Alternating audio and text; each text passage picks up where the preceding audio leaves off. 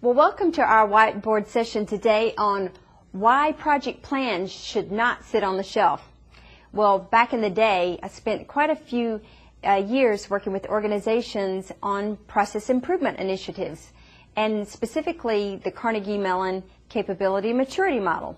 So one thing that I got to do is go into organizations and work with different project teams to look at their project management processes.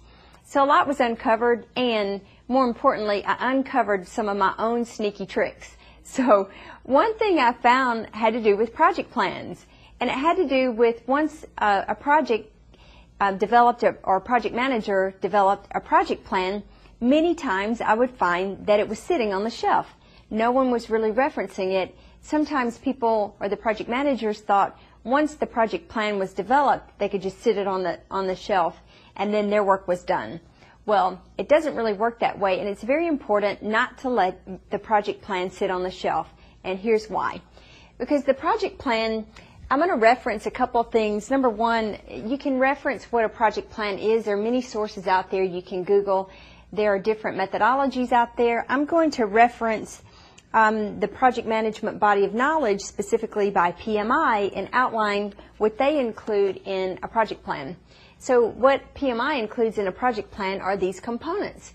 The project plan outlines the processes or how a project manager and how a project is going to handle different aspects of the project, specifically these, like change management.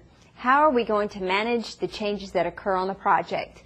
Communications. How are we going to handle communications? Who needs to know what, when, and where, and how?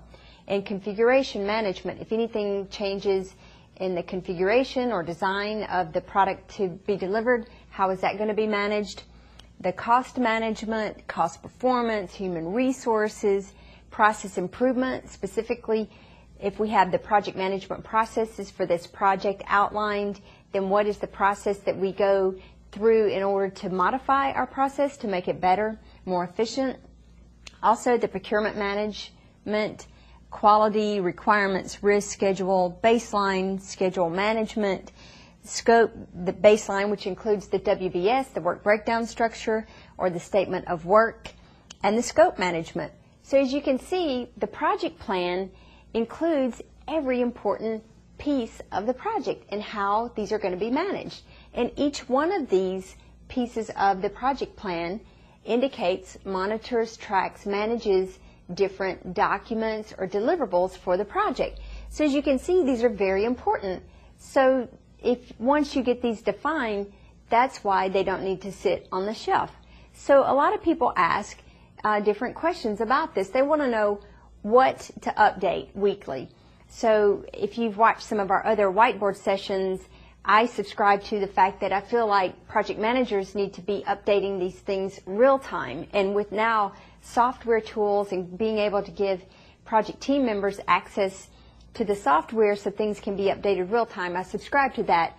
But for sure, if not real time, updating things weekly. So that is defined in the project manager's project plan for that project. So the processes dictate what gets updated weekly. But certain things like risk, issues, changes, different things that are happening with your scope, your resources. So everything associated with each one of these plans, again, these plans manage different documents, different deliverables being produced for the project. So in essence, each one of these need to be monitored, tracked, updated weekly. And it should be defined in your project plan. Your project plan should say which one of these are going to be updated, how often, who knows, who is responsible for updating these components. And then we ask how to monitor. So again, this is another aspect that's to be defined in the project plan, because if you think of a project plan, think of it as a playbook. So if you're in sports, it's the playbook. If you're a musician, it's the music sheet. This is how you operate your plan. I brought one with me. This is just a simple project with the project plan in a notebook. So the notebook has a table of contents with all of these things included. So this can literally sit on the shelf on your desk, but meaning don't let it sit there without being updated. But so it indicates what is to be updated, when, and by who. So also is asked how to communicate these changes. So again, this is defined in specifically the communications plan. The communications plan outlines what is to be communicated, when is it to be communicated, how, and to who.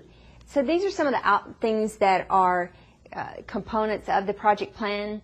This includes showing that it's defined within the project plan, and why it's so important, because these are the dynamics of the project, and that's why it should not sit on the shelf, because these things are changing constantly, and it has to be updated, communicated to all team members, including the change control board, stakeholders, and everyone involved.